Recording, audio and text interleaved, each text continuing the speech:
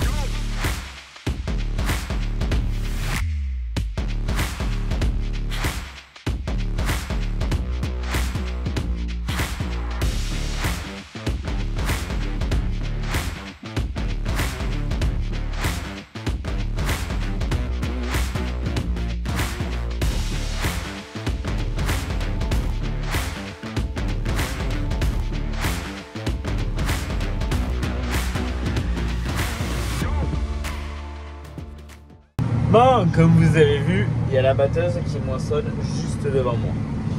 Et je suis en train de faire du CLC. Mais je fais pas que du CLC simplement, je fais du CLC avec mes ailettes. Je ne roule pas les veines. On est dans le village, on est sur nos parcellaires bio, sur le blé bio là qu'on moissonne. Donc on est loin de faire des gros rendements dedans, ça on va pas se mentir. Je m'arrête, je vais descendre 2 secondes parce que vous voyez, je déchaume mon champ comme ça et là je viens de faire des trucs. C'est parce qu'en fait on a des bouches de la SOR, des plaques d'égout de SOR, de la SOR pour l'eau de ville. Et en fait le souci c'est que chaque fois on laisse un peu d'herbe autour et je vois même pas où elle est exactement. Donc je vais descendre à pied, vous regardez où elle est pour pas la prendre avec le CLC, parce que si je la prends avec le CLC c'est pas bon. Et là il y a la bête qui s'impatiente un peu parce qu'il est 20 h quand même.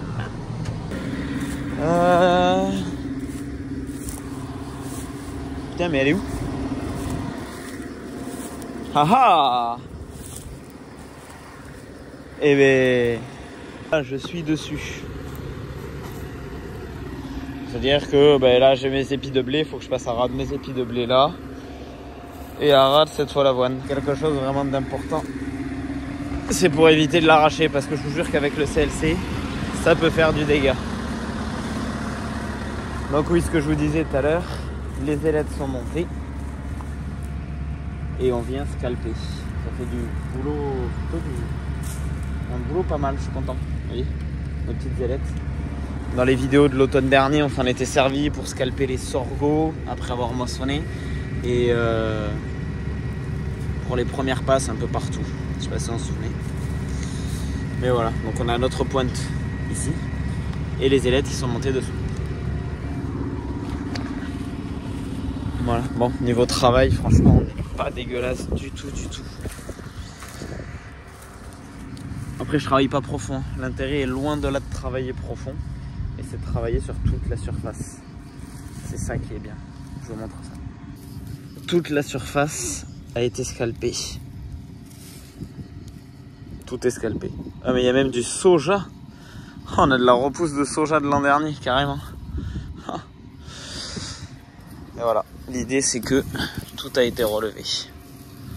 Et surtout, c'est ça qu'on essaye de détruire. C'est l'empourde, vous voyez. C'est coupé, déraciné. Ça ne repartira pas, ou mal en tout cas. Voilà. Pas là pour branler, on continue.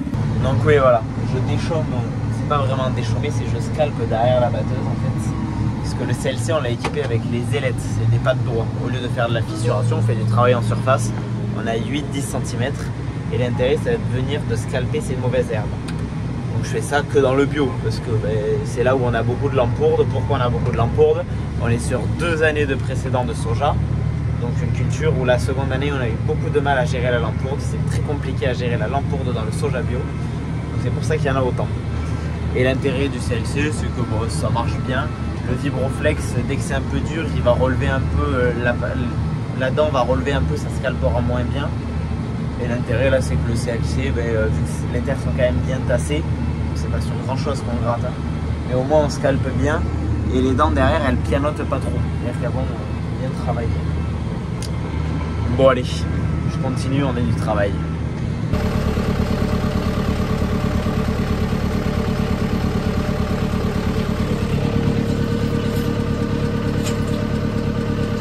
Bon les agris, on n'est plus sur l'enrouleur rouge, on n'est plus sur les références, on est sur le Perro, on tire le second enrouleur. On va mettre celui-là en route pour commencer. Avec cette pompe, c'est la première fois qu'on va la faire tourner. Vous vous souvenez, on avait fait une fois un tour d'eau avec sur le maïs semence pour le faire lever, mais c'était avec l'autre lac et l'autre pompe. Donc là, ce qui va se passer, c'est qu'on va le mettre en route pour regarder que tout se passe bien. Et voilà. Donc là, c'est le 300 mètres, c'est le plus long des deux qu'on a. La parcelle fait 500 mètres de long, ou 450 mètres, je sais plus. Donc ce qu'on fait, c'est qu'on est obligé de faire une pause au milieu. Donc ici, on a deux pauses, une ici, une un peu plus bas. Et sur la pause du bas, on retourne la tourelle pour arroser dans l'autre sens. Voilà. Bon là, je suis avec le petit 780. Donc on roule tranquille, là je suis pas vite du tout. Je déroule pas vite, faut jamais dérouler vite avec un enrouleur.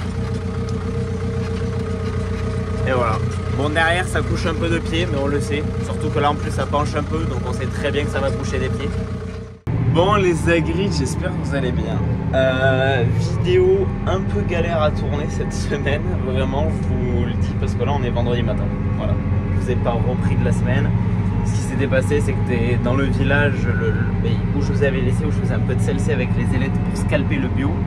Mais le lendemain, j'avais pris le broyeur d'à côté de moi, j'avais fait le tour des champs dans le bio, dans le village. C'est souvent là où on a beaucoup d'herbe et voilà, faire le tour des champs propres. J'avais coupé l'herbe. Après, à chaque fois, on passait des journées à... Après, le résumé de mes autres journées, ça a été... on déplace un peu la batteuse, on déchaume un peu, on va tirer un enrouleur. J'ai pas réussi à vous prendre parce que c'est galère. L'irrigation, comme toujours, ça se passe bien, sauf quand il y a des problèmes. Donc, vraiment assez court. Donc ce matin, direction des chômages, je fais quelques allers-retours et je vous montre ce que ça fait. Allez. Bon voilà, je suis descendu du tracteur, le petit T, le 235 avec la Grissem, donc notre déchaumeur lourd. Vous savez, on a deux déchaumeurs dans la vidéo des semis de couverts végétaux de colza. On l'avait fait avec le déchaumeur léger parce que c'était un peu limite, un peu gras et on avait peur que lui il rentre trop. Là par contre on est sur nos terres de plateau, donc terre très légère, très graveuse, peu de fond, très peu de fond. On est sur du bio, donc là on est sur plusieurs années. Il y avait de la luzerne avant, il y a eu plusieurs pailles, et là on est sur la paille de triticale, donc je sais pas si c'est la deuxième ou troisième paille.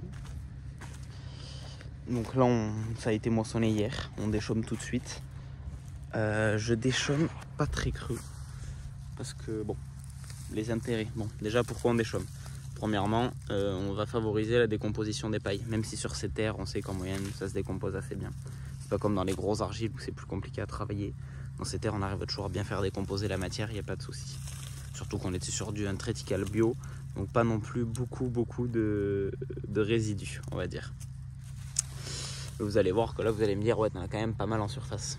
Oui, mais ce qui nous intéresse, c'est faire comme un mulching. Ça veut dire qu'il y a...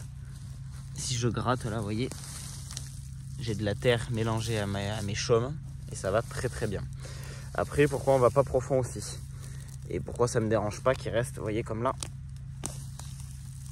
Ça n'avait pas été arraché. Et ça me dérange pas, c'est recouvert de terre et tout ça. Il y a un intérêt que vu qu'on est en bio, pour gérer les mauvaises herbes, c'est assez galère. Donc en même temps, on va faire un déstockage. C'est-à-dire que c'est pas un faux semis. Il faut savoir qu'il y a une différence entre le faux semis et le déstockage. Beaucoup de gens disent ouais, je déchaume, je vais faire des faux semis. Non, c'est faux. Le faux semis, comme son nom l'indique, c'est fait avant un semis. C'est pareil, on va viser une herbe en particularité. Par exemple, si je fais mon faux semis avant mon blé, je vais dire bon là j'ai beaucoup de raies gras, je vais faire des faux semis pour faire lever mon raie gras. Donc là on vise quelque chose. Qu'à l'été quand on déchaume, là pour faire du déstockage. C'est-à-dire que tout ce qui veut lever lève. Clairement, c'est ça. Donc il y a une différence entre le faux semis et le déstockage. Donc en été, en moyenne, on fait du déstockage. Ça, c'est joué sur les veaux quand même. En déchaumant, je vais faire naître, là, principalement déjà toutes mes repousses de triticale. Tous mes grains qu'on a perdus et tout ça. Parce que le triticale, déjà, c'est un petit grain, souvent difficile à battre. Et il y a toujours un peu de perte. Ça, comme quand on moissonne n'importe quoi. Donc là, on va essayer de faire lever ça. Après, ici, historiquement, on n'est pas trop sale en raie gras et tout ça. Donc lèvera ce qu'il voudra lever. Il y aura peut-être de l'ambroisie je pense, mais je sais pas parce qu'il fait chaud. Donc je suis pas sûr que l'ambroisie elle veuille lever. En moyenne l'ambroisie aime bien lever et elle à l'automne. En tout cas par chez nous, c'est ce qu'on a remarqué. Pourquoi je le rends pas creux aussi? Terre très légère, comme je vous dis, beaucoup de cailloux. Beaucoup. Bon là je suis dans un rond où il n'y a pas trop de grosses pierres. Mais attendez, je vais venir là, vous allez voir.